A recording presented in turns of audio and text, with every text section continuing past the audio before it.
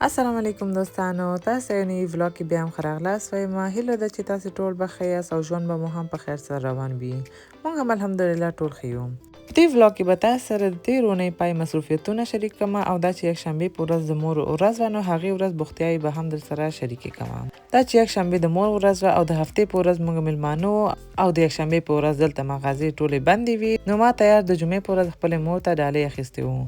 د دې دپاره اول لاړم د عطرونو دوکان ته تر څو مورجانې ته یو بوتل عطر واخلم. نو یو څو دانې عطرونه مې چې امتحان کړل، دغه لینکوم والا خوشبویي زما خوښ شو او له همدې مې ورته یو بوتل عطر او یو پکټ چاکلیټ واخیستل. له دوکاندار نه مې هیله وکړله چې همدلته یې راته ډالۍ په شکل جوړ کړي. هغې راته اول په تحفې کاغذ کې راتاو کړه، بیا یې پلاستیک دواړو نه تاو کړه. ولې زما دا پلاستیک چې یې تاو کړی و هغه ډېر خوښ نه شو. نو کور ته چې راغلم نو خپله مې پلاستیک بېرته خلاص کړه او د خپلې خوښې په مطابق مې جوړ کړه. دا مې بیا یو څنګ ته کېښودلو تر څو د یکشنبې په ورځ تیار آماده وي. لکه څنګه مې چې مخکې وویل چې د هفتې په ورځ میلمانه وو او موږ ټول یو شی ځان سره تیارول او وړل، نو په همدې موخه ما میني ټاکوس جوړ کړل چې دا هم یو داسې خواړه دي چې د ټولو ډېر خوښیږي. د دې خواړه دپاره مې اول د چرګ غوښه واخیستله او دغسې وړوکې مې میده کړه.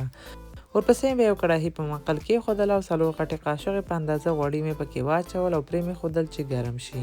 بیا مې د چرګ میده شوې غوښه هم پکې واچوله او لږه مې سره کړله چې سپین رنګې شي.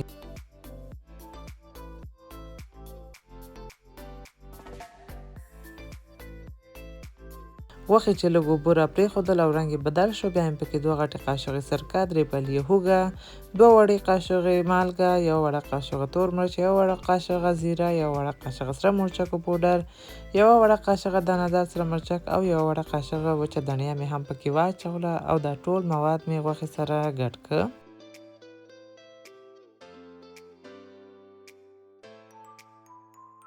کورکمن رانه هېر شوی و چې نورو مسالو سره یو ځای واچوم، هغه مې بیا وروسته پکې واچوله. بیا مې د یو څو دقیقو دپاره ښه سره کړله، بیا مې د کړاهي سر بند کړ او 10 دقیقو دپاره مې پخه کړله چې غوښه لږه نرمه شي.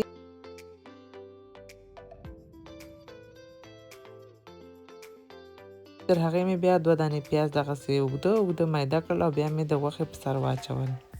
لږ زیړ او سور دولمه مرچ مې هم میده کړ او دا مې هم پکې واچول.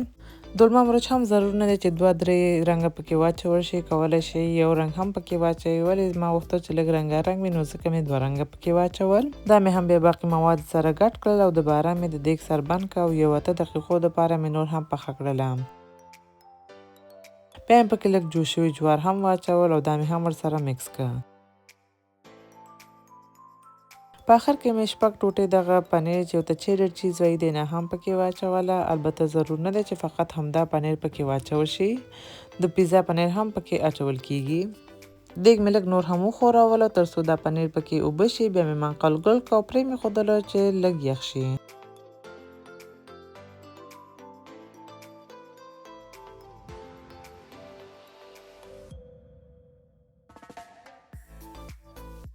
تر هغې مې بیا دغه ترکي د یورم ډوډۍ او یا هم تورتیله ډوډۍ راواخیستل. دا تاسې کولی شئ ډېر په اسانۍ سره هر یو دکان کې پیدا کړئ. ترکي دکانونو کې خو حتما پیدا کیږي. بیا مې د یو مرتبان سر هم واخیستلو او په دغه شکل چې ویډیو کې ګورئ او یا هم د اشک اوړه په اندازه مې ټوټه کړل.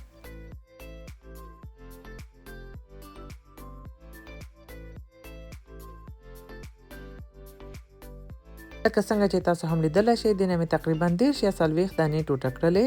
بیا مې دې نه یو دانه راواخیستل او د غوښې مواد نه مې 1 قاشغې په اندازه منځ کې واچول او دغسې چې ګورئ همداسې مې سره راتاو کړ او په دغه یو شیشهیي لوښي کې مې کېښودل او څنګ ته مې ورته یو ګیلاس هم کېښودلو چې خلاص نه شي او همداسې صحیح پاتې شي. په همدا طریقه مې باقي هم ټول جوړ کړل او هر یو ټاکو نه بعد مې بیا ګیلاس څنګ ته ورته کېښودل تر څو خلاص نه شي او لوښی ترې ډک شي.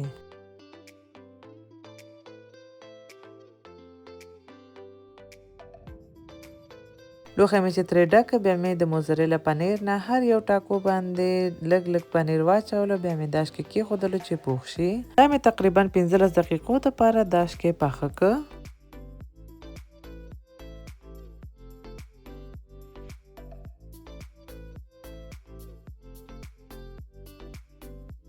تر هغې چې دا پخېدل زه لاړم چې ځان تیاره کړم. ځان مو چې تیار کړ بیا مو د تاکوز هم پاخه شول. بیا مو نو حرکت وکړو او لاړو.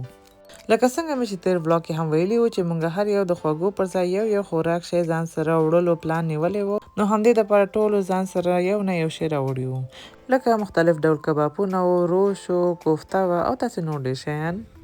بیا مو دسترخوان هوار که، هر څه مو پرې کېښودل او ډوډۍ مو نوشیجان که.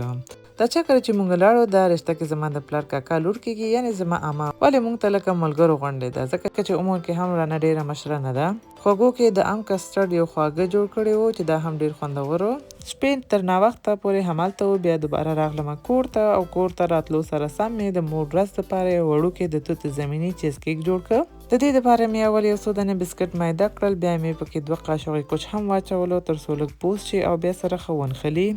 دا دواړه مې چې مکس کړل، بیا مې د کیک په یو لوښي کې واچول او ښه مې هوار کړ او د چیز کیک بیس مې ترې جوړ کړ. دا مې په یخچال کې کېښودلو چې لږ کلک شي، او تر هغې مې بیا یو کاسه کې یو بوتل ړنګ پیروی، 3 غټې قاشقې میده بوره، د فیلادلفیا تازه پنیر یا د پنیرو کریم نه مې هم یو قوطي واچولو او دا ټول مواد مې یو برقي مکسر سره مکس کړ.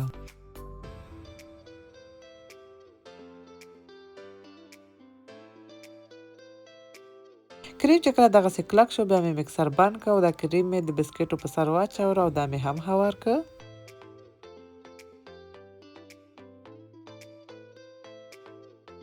کریم مې چې ښه هوار کړ، بیا مې دا هم یخچال کې کېښودلو او د توت زمیني جیلي مې جوړ کړ. یو پکټ جیلي مې په یو وړوکې کاسه کې واچولو او په سر مې ورته یو ګیلاس جوش اوبه هم واچولې او دا مې هم سره مکس کړل. دا جیلي مې لکه څنګه چې قوطي په سر جوړولو طریقه ښودلې وه، هماغسې مې جوړ کړ.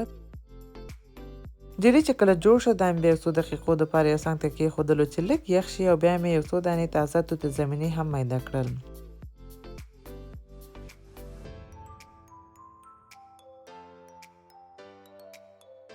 ورپسې مې بیا چیز کیک یخچال نه وویستلو او میده شوي توت زمیني مې پرې قطار کېښودل.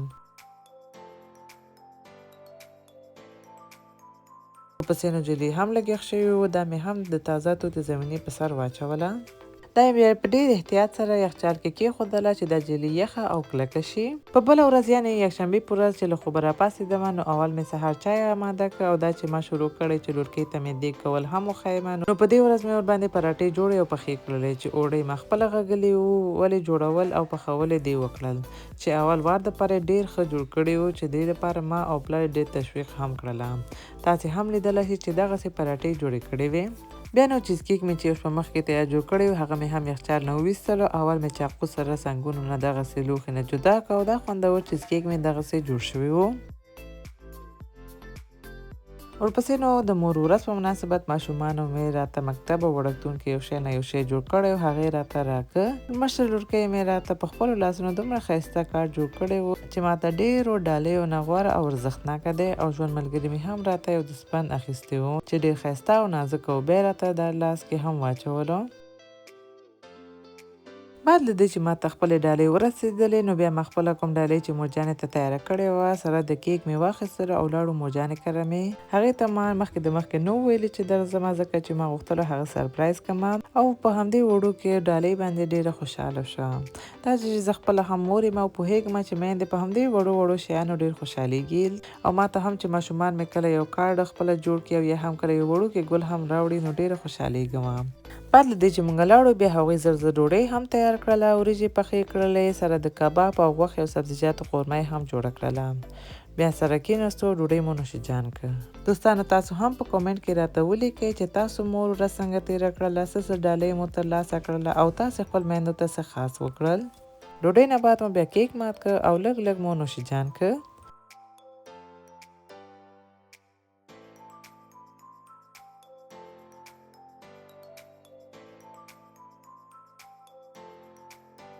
مازدیګر خواته بیا ورونو سره مې او مورجانې سره مې ولاړو آیس کریم خوړلو ته، او دا ورځ مو دغسې په خوند تېره کړله او بیا راغلو بېرته کور ته، ځکه چې په سبا بیا مکتبونه وو. دوستانو هیله ده چې دا ولاګ مو هم خوښ شوی وي. که مو خوښ شوی وي لایک یې کړئ، او که مو ډېر خوښ شوی وي نو زما چینل سبسکرایب هم کړئ. د ځان خیال ساتئ، ښه وخت ولرئ. الله پامان.